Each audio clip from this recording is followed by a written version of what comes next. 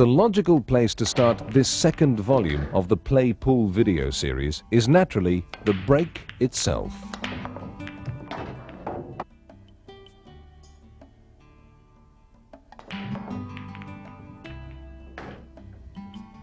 The most common way to rack the 15 colors for the popular game of 8-ball, which we can see here from the overhead camera, is probably the fairest way to position the balls to ensure neither player will get an added advantage out of breaking.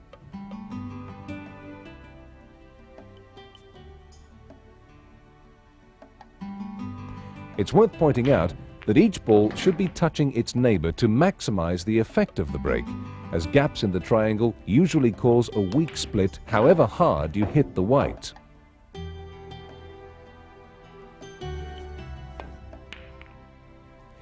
In most instances, assuming that you do not intend to simply roll slowly into the pack and engage in a lengthy, drawn-out tactical battle, having the honor of breaking certainly gives you the edge.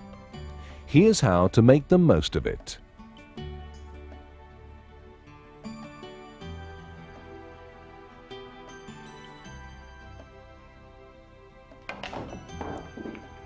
By far the best policy is to adopt as much power as you can reasonably muster.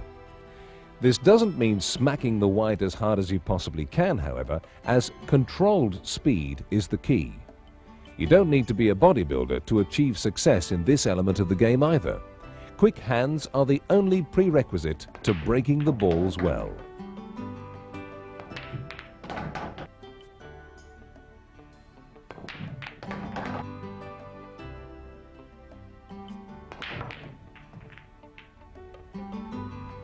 Reckless force will actually be very detrimental to a successful stroke, and there are many things that can go wrong if you employ a lunging break shot, which basically substitutes precision for power.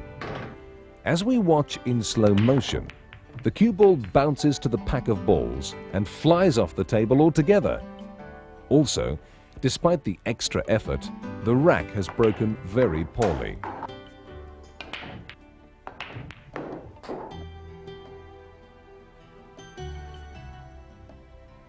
Another common problem is to inadvertently pocket the white.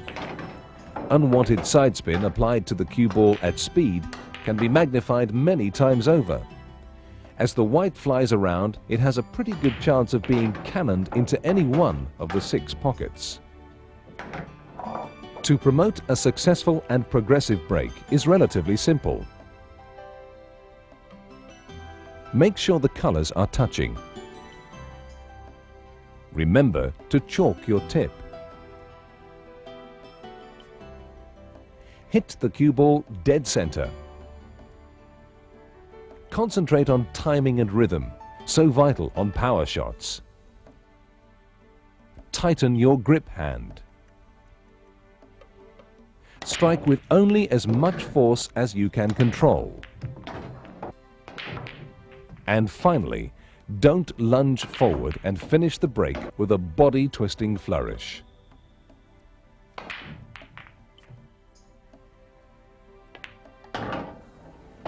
It is a fact that no matter how good your opponent may be once they're at the table and amongst the balls, they are harmless whilst sitting in their chair.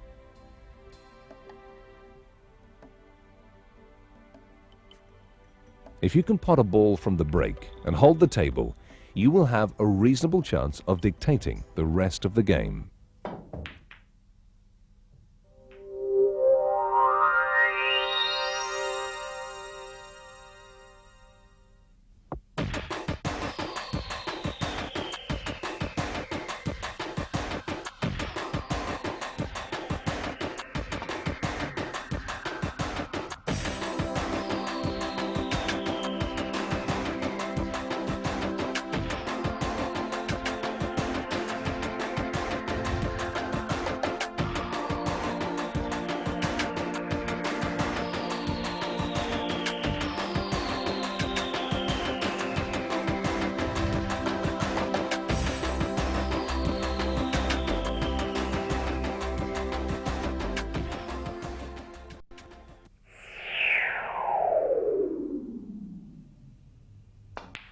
Viewers of the first play pool video, Give It Your Best Shot, will have already mastered the technique of potting a straight ball, as the professional is now demonstrating.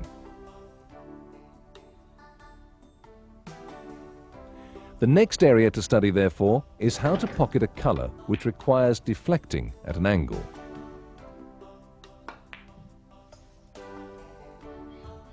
Of course, the number of different potting angles are infinite, but for the purposes of coaching and practice, we shall cover the four main principles of full, three-quarter, half, and quarter ball contacts. The exact angle needed to sink an object ball cannot be taught, as it is purely a matter of good eyesight, experience, and above all, memory.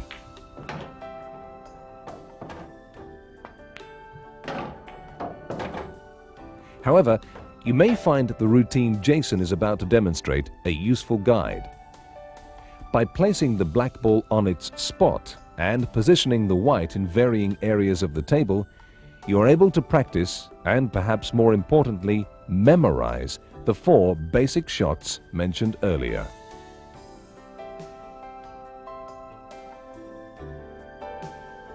Full ball.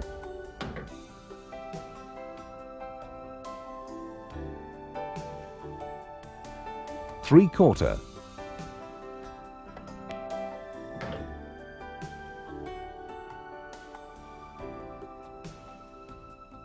Half ball.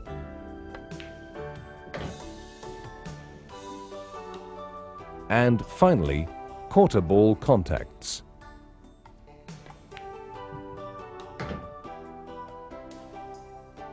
Initially then, we'll execute the familiar full ball contact. For this, place the white in the jaws of the center pocket. The added difficulty here, of course, is that your bridge hand is resting on the side cushion and not on the baize. Remember to employ the adjustments we have encountered before, and the shot itself should present few problems.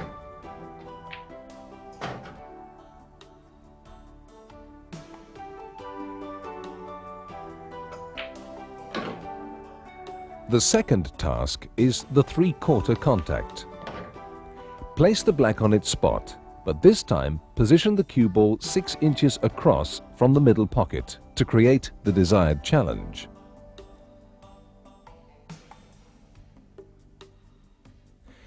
Don't forget the basics of addressing the table, stance, and the all-important cue action before actually attempting the pot, because although the objective is to pocket the 8-ball at an angle, the straight line principle is still present.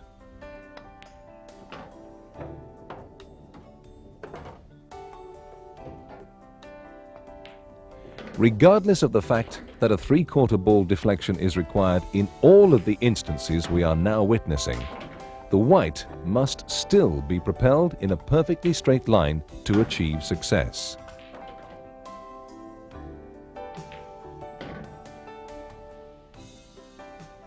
Where then should the cue ball strike the object ball in order to pot it? Many believe the point furthest from and directly opposite the chosen pocket is correct.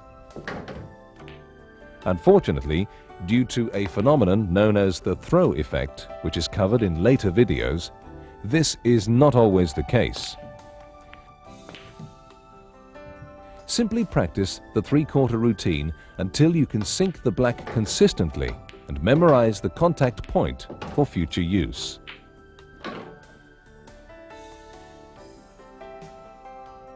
Next up is the half ball exercise. The basic rules still apply, so if you encounter problems here, it could be your original sighting of the shot that is to blame.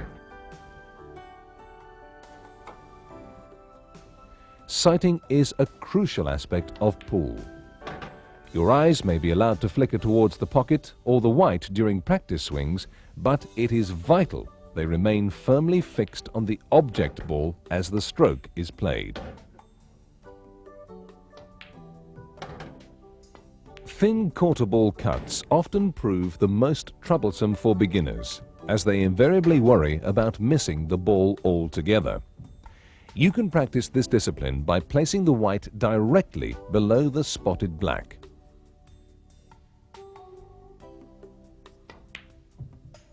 As always, once you have conquered the quarter ball stroke 10 times, file how it looked and felt in your memory until the next time.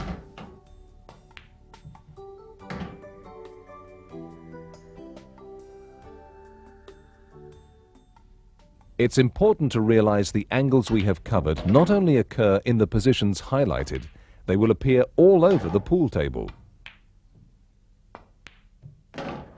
So don't be disheartened and think you have to learn thousands of different shots, as the same basic 4 crop up everywhere. You just need to learn to recognize them.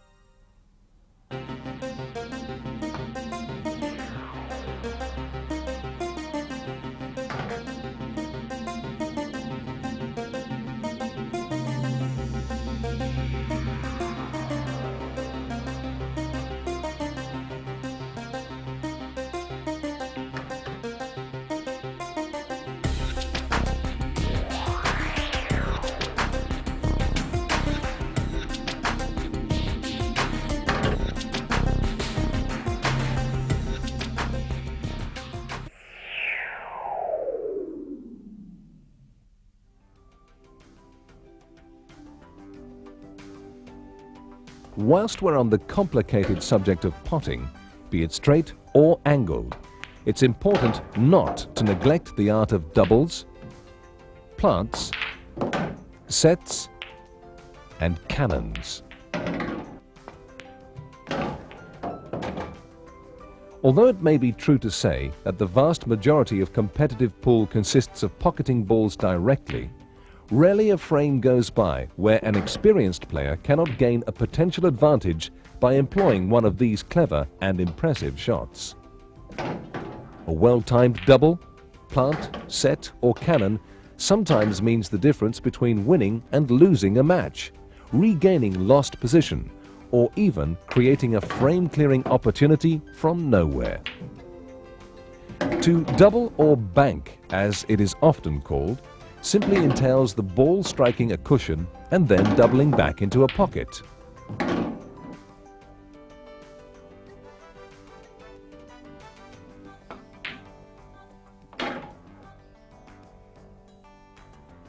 In a perfect world, the angle of incidence of the object ball would equal the angle of reflection, and the shot would be made every time.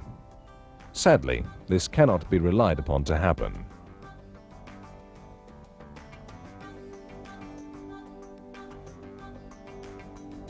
If the cushions are not securely fastened to the side rails after being recovered, doubling from one of these dead rubbers can result in the color actually leaving the bed of the table. Hence, all reasonable control is lost.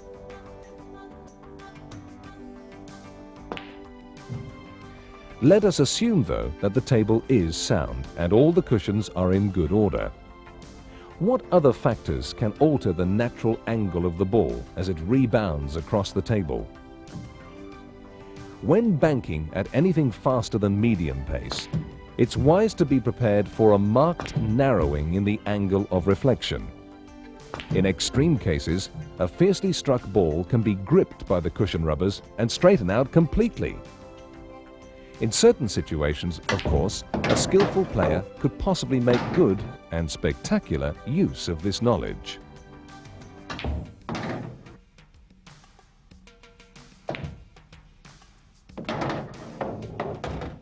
The third example of deviation in the path of a double is surprisingly caused by side spin being transferred from the white onto the object ball.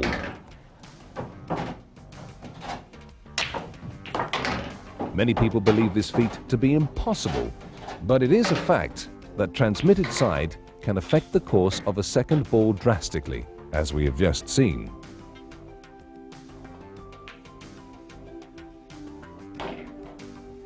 It must be said, most successful doubles are made to the center pockets, as banks into the corners are extremely difficult to gauge accurately.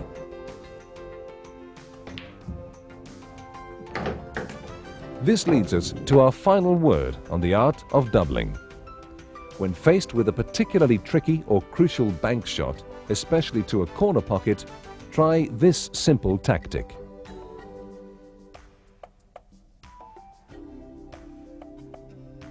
Having first sighted the shot from the normal position behind the cue ball, proceed to have a look at the scene offered behind the pocket, and finally, sight the shot from behind the object ball itself. As we've discussed, pool is largely a game of memory, and taking the time to sight a double from all three viewpoints will give a clearer picture of what's required to make the shot.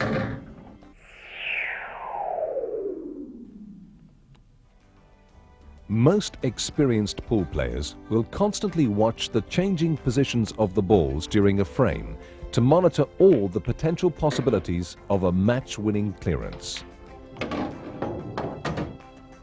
One of the situations that frequently arises is called a plant. As we can see, this simply means to play one object ball onto another when the two are some distance apart, in an attempt to pot the second ball. Such a stroke is always worth trying if you consider nothing else is on, particularly when there is no more than a couple of inches between the two colors in question. The use and value of plants should not be neglected or underestimated.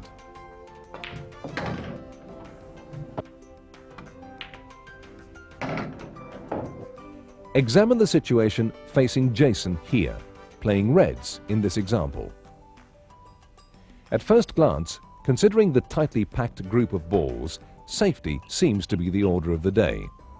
Less positive players would probably try to tuck up behind the pack for an easy snooker. On closer inspection, however, the highlighted reds could form a plant into the corner pocket and subsequently lead to further progress. Notice how the professional is queuing up as though he was going to use the first red as the cue ball. He does not, of course, intend to actually strike this red, but merely to gauge the necessary angle required. This is a useful ploy. The second red flies straight into the corner pocket, and the cue ball, along with the first red, deflects into the pack and splits it wide open.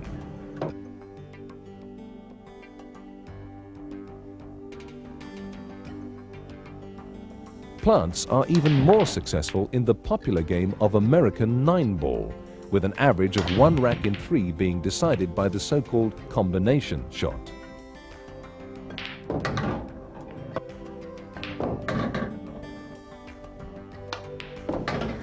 According to the rules, although you're encouraged to win an individual frame by running through the spots in numbered order, as Jason is now demonstrating, you do not necessarily have to go to all the trouble of potting all 9 colors to claim a deserved victory, as planting the 9-ball itself into a pocket is also allowed.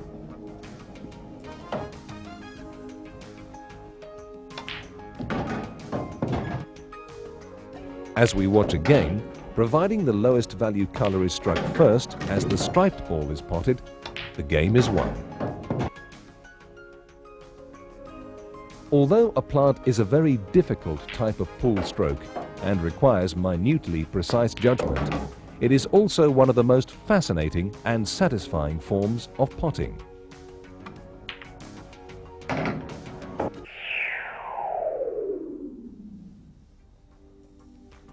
We have just studied the difficulties of playing plants when the object balls are spaced apart, and the techniques required to shoot them successfully. But what if they are touching and aiming in a straight line towards a pocket? In this situation, the touching ball plant becomes what is often called a set. It is a common mistake to believe that all sets are unmissable, And if the first ball is struck with sufficient force, then the second is bound to enter the pocket. All too frequently, the player will get a nasty shock when the second colour does not go down.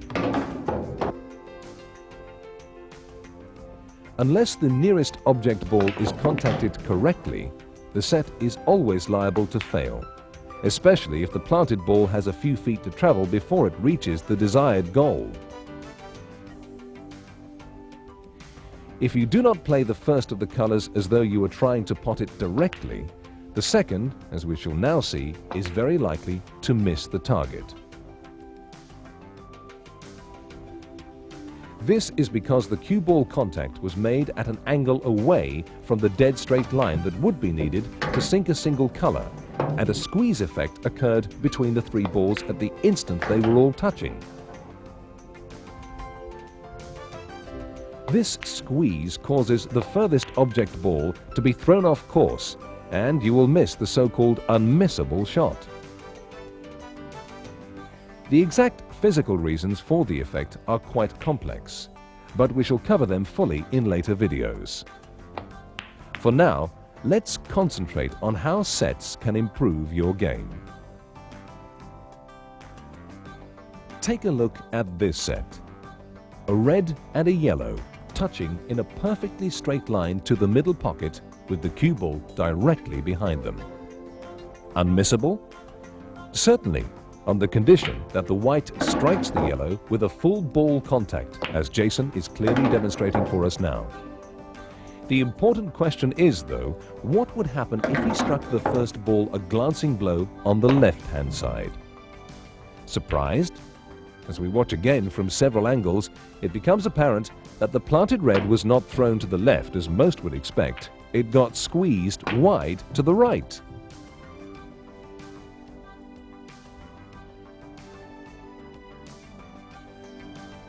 Played again, this time clipping the first ball on the right-hand side, and the second colour pushes to the left due to the squeeze effect at the precise moment of contact. Amazing! The understanding of the squeeze effect will not only allow you to perform some remarkable trick shots, you will also find that you can throw several plants home you once thought impossible. Many chances are squandered because 99% of players do not know about the squeeze factor. If you can master it, you'll win more frames and impress a lot of people.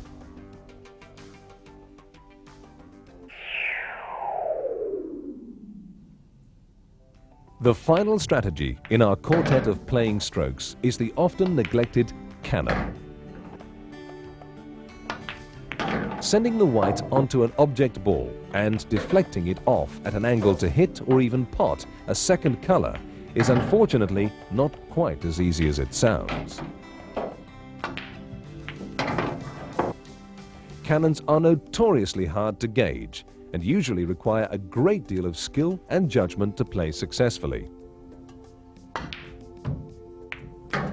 The majority require some element of cue ball control to create the necessary angle of diversion to make contact with the second object ball.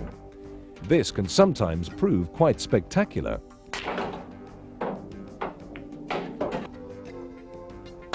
Once again, cannons, like plants, crop up time and time again in American pool. Bearing in mind the ultimate objectives of the game we discussed earlier, they're often the first option an experienced player will look out for in order to pocket the match-winning 9-ball or, at the very least, used as a useful tactic to retain position on the next ball in a clearance.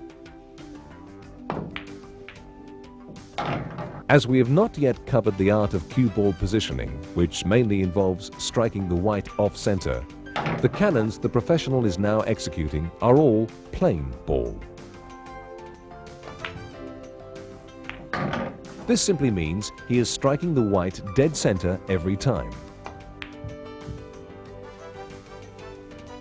Under these circumstances, the angle of deflection from the object ball is always going to be approximately 90 degrees. Doubles, plants, sets and cannons are fascinating and fun to play, as well as, of course, being crucial aspects of the game of pool. As we've mentioned, it is from these areas that the most ingenious and impressive trick shots are born. None more so than the incredible out for the count that can sink 5 balls in numbered order.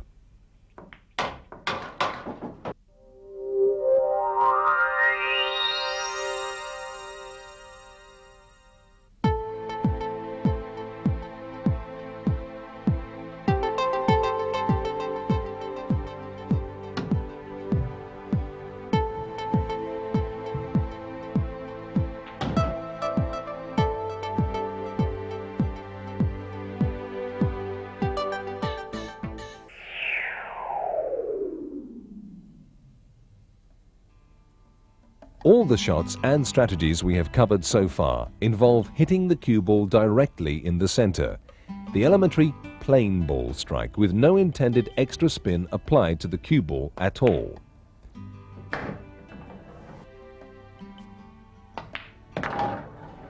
If you're mainly employing these plain ball tactics during your competitive pool, you will probably at best be potting 2 or 3 balls in a row and trusting mainly to luck that you'll land on another color.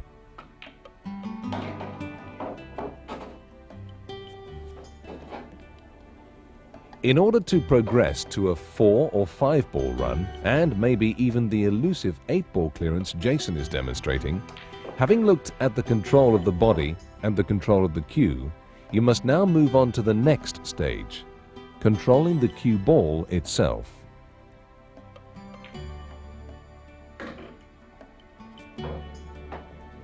There is no mystery about cue ball control at pool. It is simply a combination of particular strokes. The unique telescopic cues featured throughout the Play Pool video series offers any player unrivaled quality and versatility. Missing shots through overstretching can now be eliminated, as the professional is demonstrating by simply extending the concealed mechanism. Any shot is always within reach.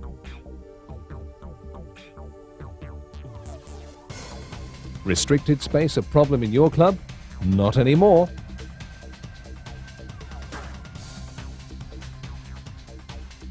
For further information on this unique range of cues, aluminium cases and accessories, please contact Blue Moon Leisure.